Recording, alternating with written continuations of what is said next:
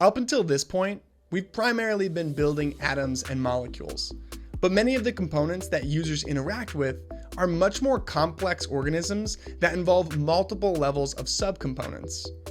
In this lesson, we're going to deconstruct a couple of larger components to demonstrate some of the best practices around building complex nested components. Let's dive in.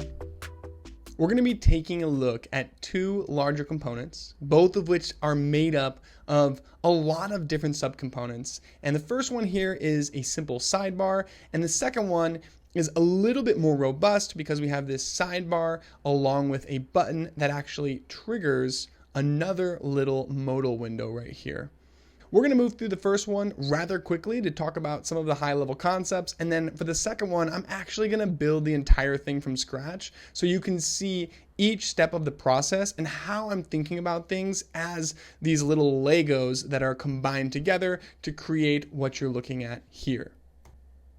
Looking at example number one, the first thing that we're going to be doing is mapping out the different Legos that we know we're going to need in order to build this component. What we should be asking ourselves is, which of these subcomponents are going to require some notion of state?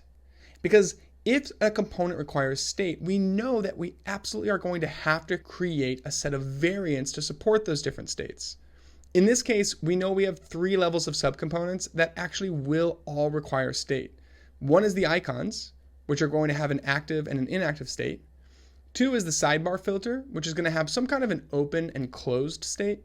And then three is the sidebar pages, which we know is going to have a default and an active state, but probably we're going to have some kind of a hover effect as well. Now, once we have an idea of what those building blocks or Legos are, we want to start with the smallest ones possible and build up from there. In this case, our smallest atom is going to be these icons right here. And we see that each one has two states.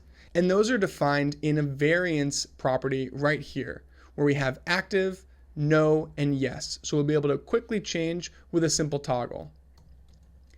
Now, once we have these icons created, the next step is going to be to put them into our sidebar page. So right away, we have our first nested component right here, where all I've done is taken this icon and dropped it into this auto layout, which, as you can see, we have our base component on top, base sidebar page, and that is powering our sidebar page component right here.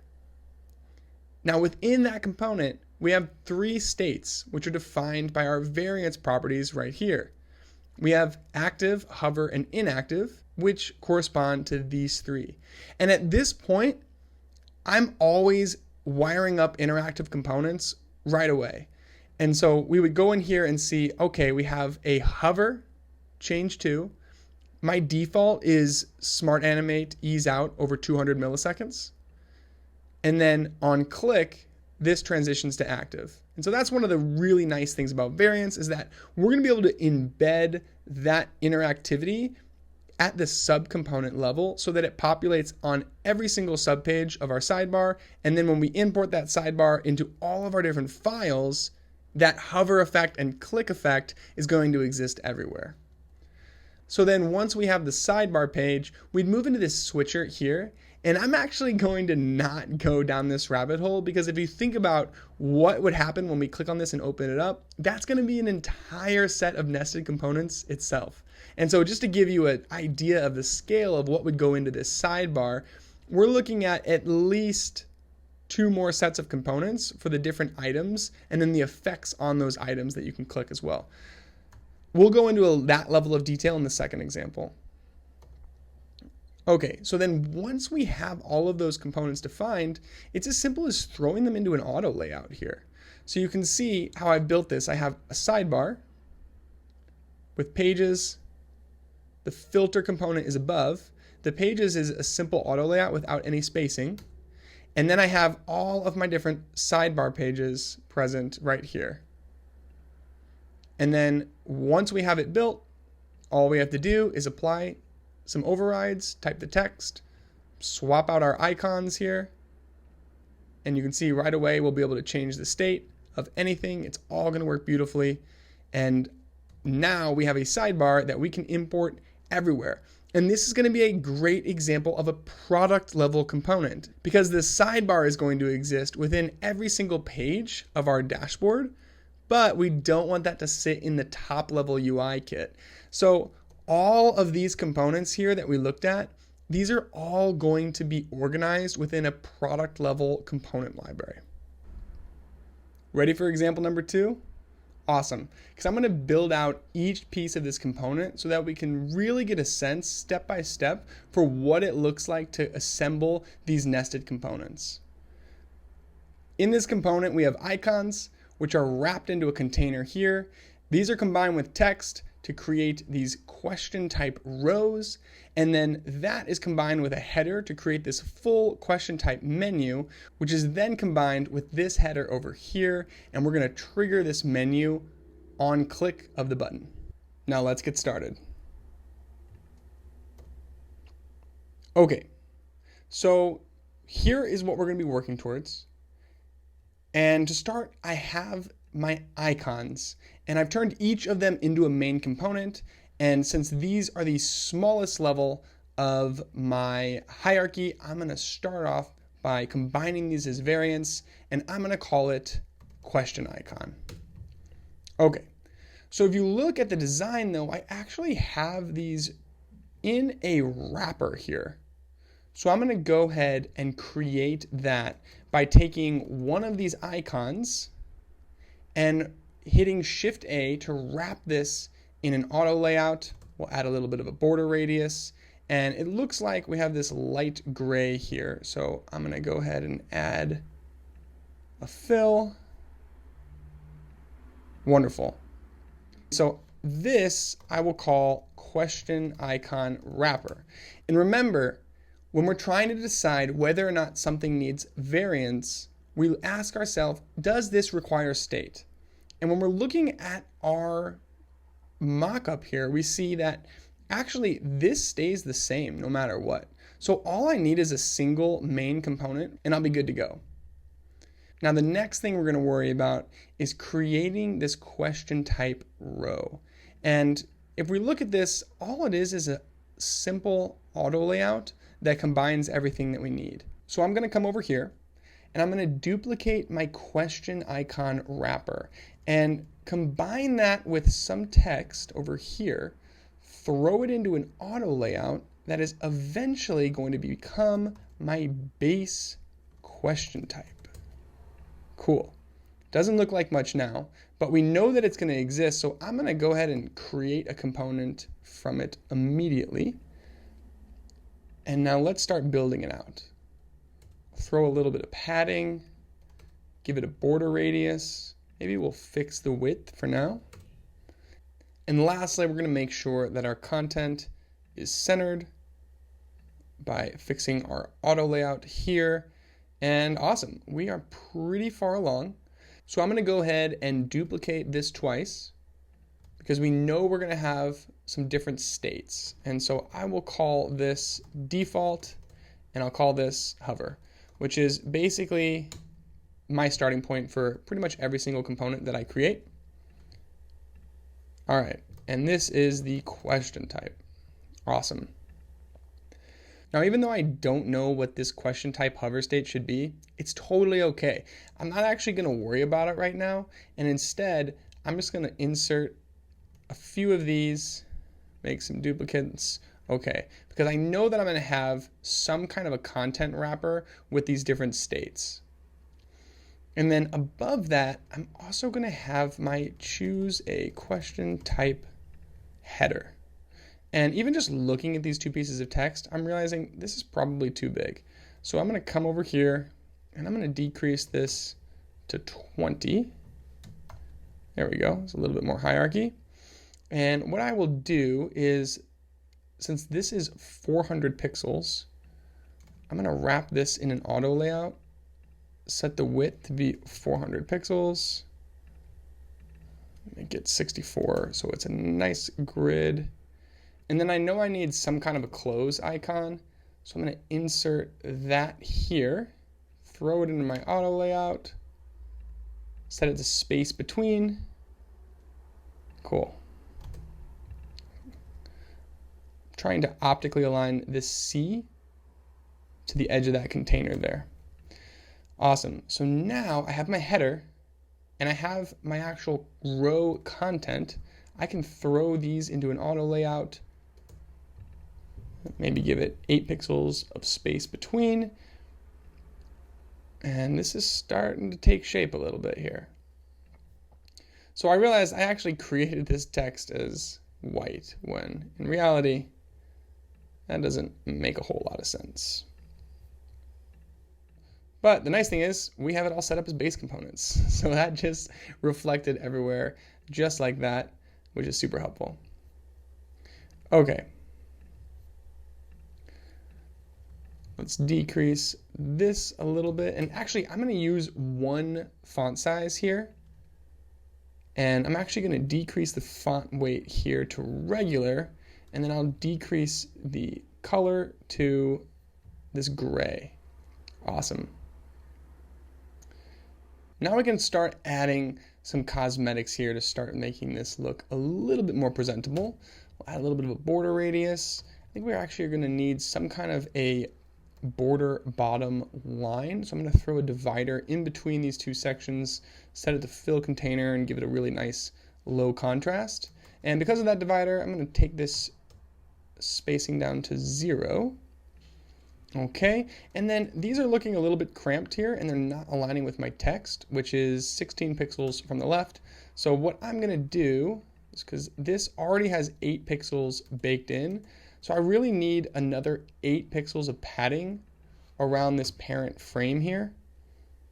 I'll set this to fill container, and now we have a little bit more alignment and a healthy space between each of these rows.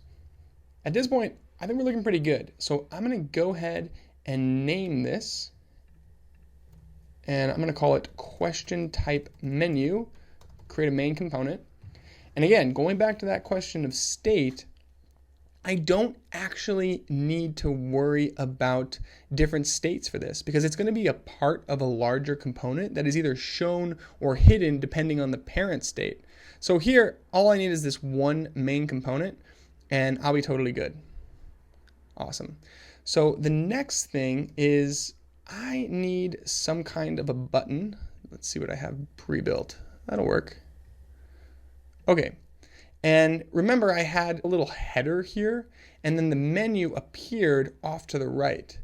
So I can go ahead and duplicate this, and I'm actually going to shrink it. It got a little bit big on me, which is totally fine. All the time, my instances are different sizes than my parent components because it really doesn't matter as long as we have our resizing property set up, which I don't right here. So really quickly, I'm going to hit enter to select all of these and set them to fill container. Oh, got to do it at the parent level too. There we go.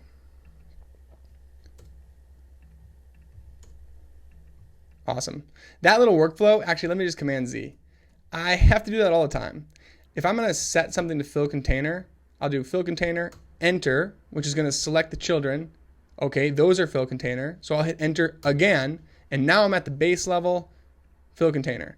That little trio, I find myself doing it a lot as I'm thinking about things responsively. So I wanted to just pause and do that a little bit more slowly. Okay, and then we had something like the amount of questions here, which I don't actually love how small this button is compared to everything. So for the purposes of this exercise, I'm going to detach. Oh no, he detached. Make it a little bit more sizable here. Okay, that's looking a little bit more like the button that I want. Cool. So backing up a little bit, my goal here is I want to create a base component for this entire header right here, and then I can hide and show this menu depending on the state of the header component. So I'm going to have to start assembling a little bit of a header here. So I'm just going to hit A and wrap this in a header. Maybe we'll make it 56 pixels. Let's see how big my button is. Is that going to fit? Not really. Let's shrink that to 40.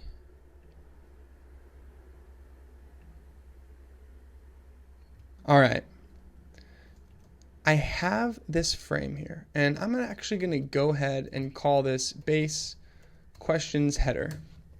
And I actually want to get this instance within this questions header, because it all has to be part of one component. So I'm going to do that. Obviously, that's a little bit of a problem, right? Everything is hidden. All we have to do is unclip the content. And now the width of my component is still just going to be this, but it's going to include this menu here. So let's align these to the top. Maybe we'll give it 8 pixels. Wonderful. All right. Now let's create a little bit of a playground where we can actually test this thing here. We'll come back to this in a sec. I'm going to create a main component out of this. I'm going to duplicate it twice, same as always. This one is going to be closed. And this one is going to be open. So for the closed, all I'm doing is hiding that component.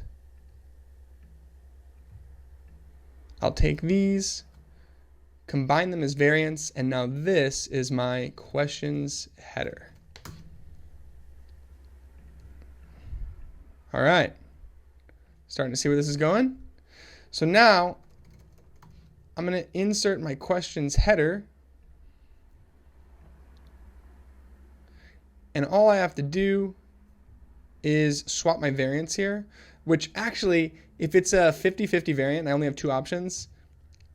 I probably should have just named this something like open, no, yes. And that way, I only have a single click where I can go like that. So now we have the basic format. This is working. So let's make it feel real. We'll polish it a little bit, and then we'll actually turn it into a prototype. So I'm actually going to go 1280, 800. Make this feel a little bit like an actual piece of UI. I really like this smooth shadow plugin because it actually gives me some easing curves, and I can play with the blur, alpha, increase the complexity of it. And I'm going to use that right now just for the purposes of this exercise. Okay, cool. So I'm going to turn this off by default. I'm going to head back to this component, and we want to make our overrides really quickly because this is actually short answer, long answer, select one, select multiple. Let's swap out our icons, which they're looking really big in here, and I think I'm going to change that. Let's do this here. Shrink that to 32, increase the, there we go. That's going to look a little bit more balanced, I think. Perfect. I like that way more. Okay. So this is looking good. Our header is looking good. Now we have to finish creating some of our states. So remember, we have this hover state right here that isn't actually different from the default. So I think it's going to look pretty good if we simply turn this into that light gray. And remember, see how I made that style change on the base level? And that way, the actual variant itself has no styling on it. Let's whip up our interactive components here. While hovering, change to Smart Animate 200. Cool. The last interaction that I know I'm going to need is the actual button to trigger this menu. So I have it here. All I have to do is go from the default or closed to the open on click, Smart Animate, 200 milliseconds, and then we can head over to our playground. So I'm going to create a starting point here, and let's try our prototype. Here we go. I click create your listing, the menu shows up, it fades in nicely. It actually just made me realize that there is one more thing I have to tie up, and that is hitting this X to close it. On click, smart animate. And actually just a little motion best practice. When things animate in, it's nice to have a softer easing curve, make things feel smooth. But a lot of times when I'm designing the close animation, I'll actually make it instant because we want to get that thing out of the user's way as fast as possible. So if we head back here, look at that. We have our hover states working. Everything is lovely. And how I would actually build this in my designs is I would have a set of screens for each one of these pages. What happens when I click short answer versus long answer, for instance? And if we have frames down here, I have one main component right here. So within each of these rows, I can tie a prototype and point it to the screen that details what these pages look like. And that way, every single time that I'm looking at my menu in prototype mode, I'm one click away from accessing the relevant flow that stems from short answer, long answer, select one, select multiple. Awesome. Does it look exactly the same as what we started with? Nah, maybe not. But hopefully you still got a good idea of how we can build these complex nested prototypes that are all pulled from a series of subcomponents. Now this is a little bit hectic over here, so realistically, one of my next steps would be polishing up slightly. And I'd probably put them in containers like this so that my base and my main components are next to each other and that I can easily find things to make future changes. But other than that, everything is working and we are ready to play with our prototype.